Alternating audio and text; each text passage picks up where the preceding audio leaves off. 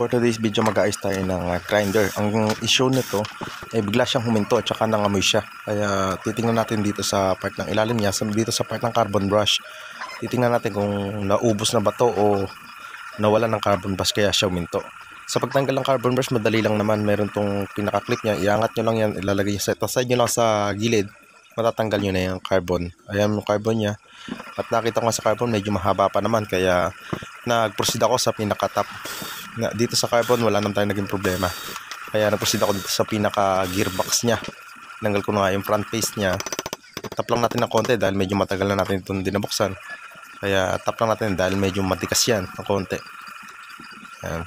Ito yung pinaka-gearbox niya. May grasa din to sa loob, yung part na yan. Pero sa pagkakataon ito, marami pa namang grasa yung loob na to. Kaya hindi ko to pinanghinalaan na sumabit dito. Dito, binuksan ko na nga para makita ko yung armature niya. Ayan. Siguraduhin natin na pagka natanggal natin yung armature, kailangan nakatanggal yung carbon brush. Napansin ko nga agad dito na yung bearing niya is nalagas niya agad. Nadurog pala yung bearing niya sa pinakailalim. Ayan o, lusog-lusog na yung pinaka-bearing niya. Kaya pala ito biglang nangamoy. Huminto siya, pas biglang nangamoy.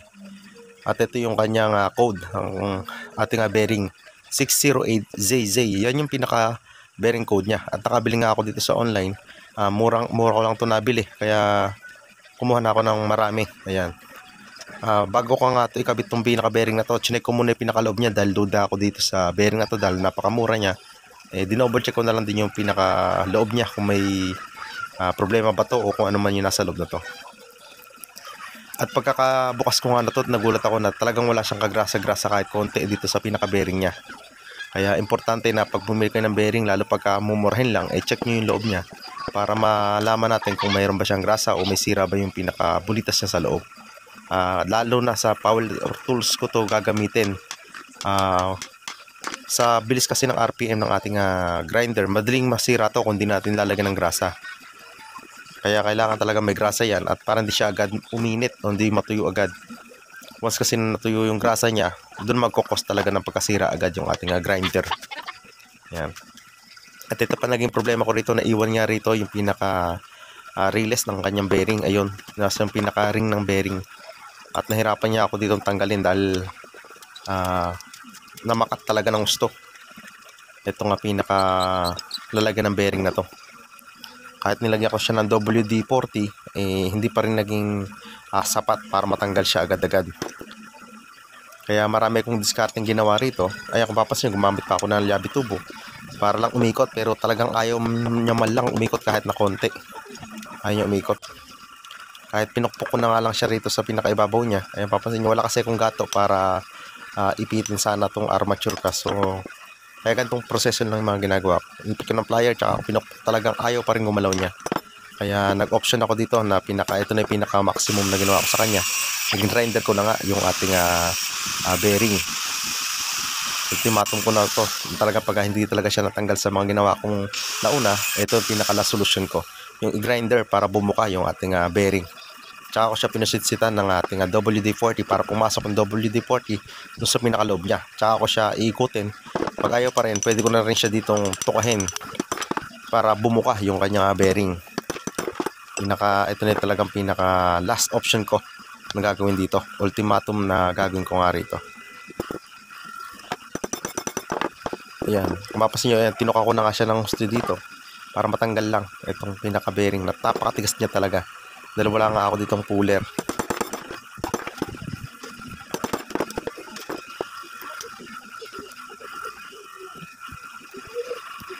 Mamaya pagka natanggal ko nga ito, i-check ko rin yung pinaka upper bearing ng kabila na to para ma-check ko rin kung meron pa siyang grasa dahil nga itong ilalim may bumigay na. Actually ito talagang durug-durug yung bearing kaya dudan na rin ako dun sa pinakataas niya. Ayun, papasin nyo, ayan, yak na siya, biniyak ko siya para pumasok yung yung WD-40. The same time matanggal ko na siya mabilis. Kaya pinuka ko na siya. Ultimatum na ginawa ko talagang pagbiyak sa kanya. Yan, nilagay ko na nga yung bagong bearing. Kaya pag bibili kayo ng bearing, meron na kayo idea kung gaano kalaki yung bearing dito sa pinaka bottom part ng ating grinder. Yan. Itong kabilang side, tatanggalin ko na rin to. Dito sa pinakataas niya, meron tong pinaka nut na 10 mm. Ayan, 10 mm. Ayan, ikot nyo lang yan. Tatanggal na yan. Medyo magrasa nga yung pinakaibabaw nga lang na to, kaya pinupunasan ko yung liabe. Talagang magrasa kasi siya. Ayan, sikutin lang natin ng dahan-dahan. Huwag sa may pinakapan, dun sa pinakataas. Saka natin itap yung pinaka ano niya. Bibitaw na agad dyan. Kung hindi siya namakat, bibitaw agad dyan. Ayun yung pinaka-nut niya, tanggal. Ayan, madali na naman siyang tanggalin.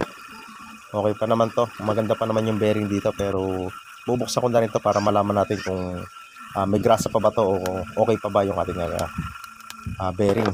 Sayang lang din naman yung pagkakabukas natin. Dito may circlip nga pala. Yan, wala ako dito gamit na pantanggal na circlip, kaya gumamit lang ako dito ng long nose. Yan, nalalaya ko nga siya ng inlayak siya ng flat screw para hindi tumalsik yung pinaka circlip niya. Baka mawala kasi yan, hindi na natin maaayos yung ating grinder dahil pag nalaglag yung bearing, magkakos din ang pagkasira ng ating grinder. Yung pinaka-lock niya kasi yan, yung circlip na yan. Ayan, dahan-dahan lang, baka tumalsik. Ito yung circlip niya. Ayan. Tapos meron nga pala itong pinaka-flat washer na manipis. Ayun. Tapos nilinis ko nga siya. Ayan. Papasin nyo, naging kulay green nga siya dahil nalinis ko siya. May code nga pala ito. Magkaiba siya ng code sa pinaka-ilalim na bearing niya. Medyo malaki na konti itong pinaka-ilalim niya. Ito yung pinaka-code niya. 629DD.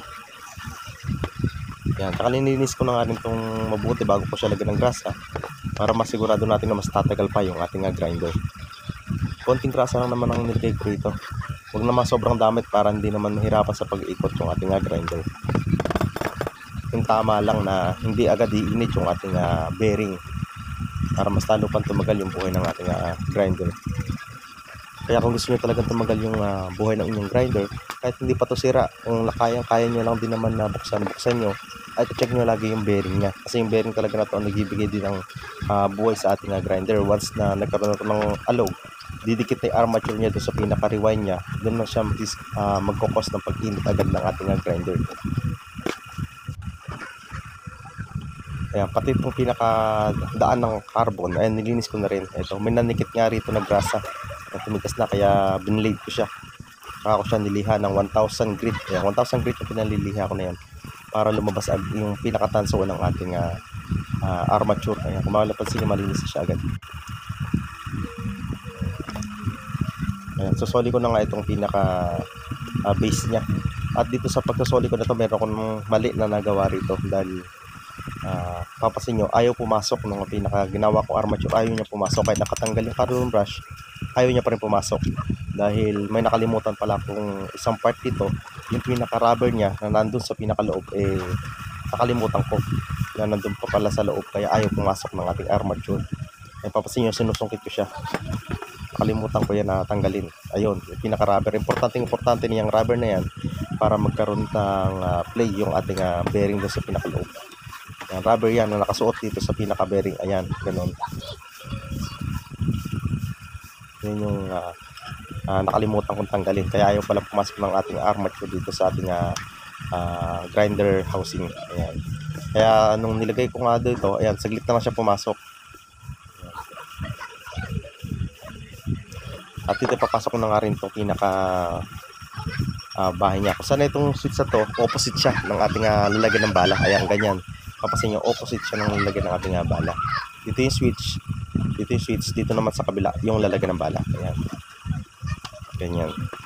At dito, may mali na naman dahil may mali na naman dito. Dapat pala, hindi ko muna nilagay yung grinder housing natin.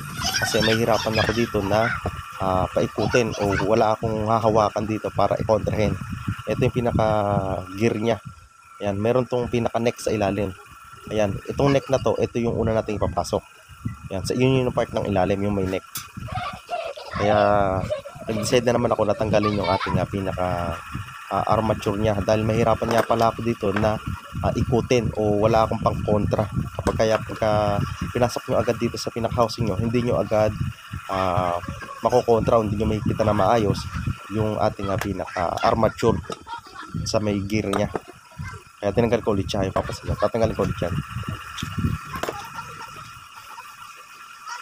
Yan, tinanggal ko ulit siya. Gawa nga ng para mas mapabilis yung aking paglalagay ng ating gear tsaka ng nut. Ayan. Yan, inikot ko na lang siya. Yan yung papansin nyo. Kaya sabi ko, mas mabilis pagka nakatanggal para iniikot ko na lang yung pinaka-armature niya. Tsaka at the same time, mahigpit ako mabuti itong ating nut.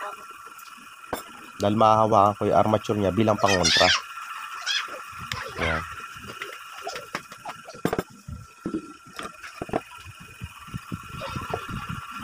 Ito yung sinasabi ko, mahawakan ko yung armature. Ayan. Papansin nyo, hawakan ko yung armature niya.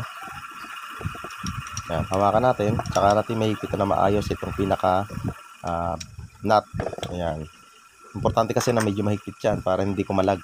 Dahil dyan din nakasalalay ang isa sa kapatagal ng ating grinder.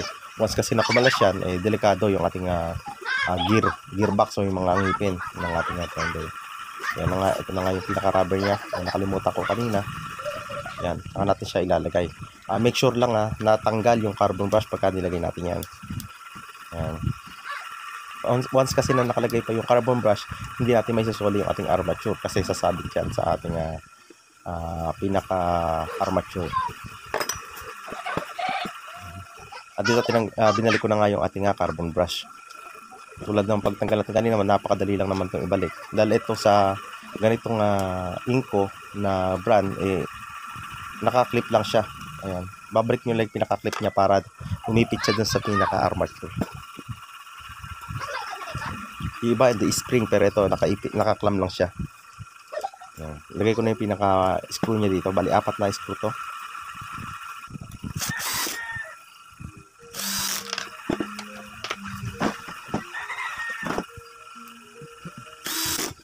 Dito nga ako na lang gumagawa ng aking mga power tools. Pagka minimal lang naman yung nagsisira niya, ako na rin nagbubukas o nagkapalit ng pyesa sa kanya. Hindi ko na kasi dinadala ng paggawaan dahil kaya naman.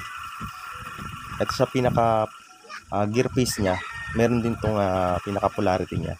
Ang naging tanda ko nga rito, yung may pangalan siya sa part ng taas na to. Yan, doon siya sa pinaka taas ko nilagay.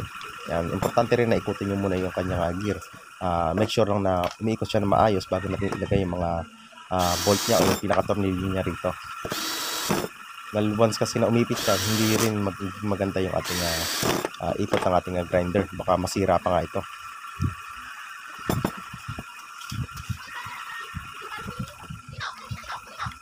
Of course, yung pinaka last step natin, ito, ilagay natin yung pinaka-belik na natin yung case niya sa ilalim. Kaya importante rin na may alam tayo kahit konti sa pagkapalit man lang ng bearing o yung pag-wiring na to, pagkapalit ng carbon brush, para hindi tayo lagi gumagastos sa ating mga power tools. Dahil mahal din kasi magpagawa na to. Kung magkapalit ng bearing, aabotin din to na 500 kung papapalitan nyo sa shop. At dito nga chinek ko muna kung may iniipit ba tayong wire. Kung mapasin nyo, meron tayong 18 ohms na ibig sabihin no, na hindi na short yung ating grinder. Yan. Pagka nag-0-0 ganon, sigurado na may short yun. At wag nating sasaksak pagka ganon ang reading ng ating grinder. Dahil sigurado tayo na sasabog yan o short yun. Kaya may reading naman, kaya i-start ko na itong pandarin. At successful naman yung ating ginawang pagkapalit ng ating bearing dito sa ating grinder. Yan guys, kung mapapansin nyo, maganda na siyang ulit na umikot. Yan. Magagamit ko ulit ito sa ating mga susunod project. Ayan. Thanks for watching guys.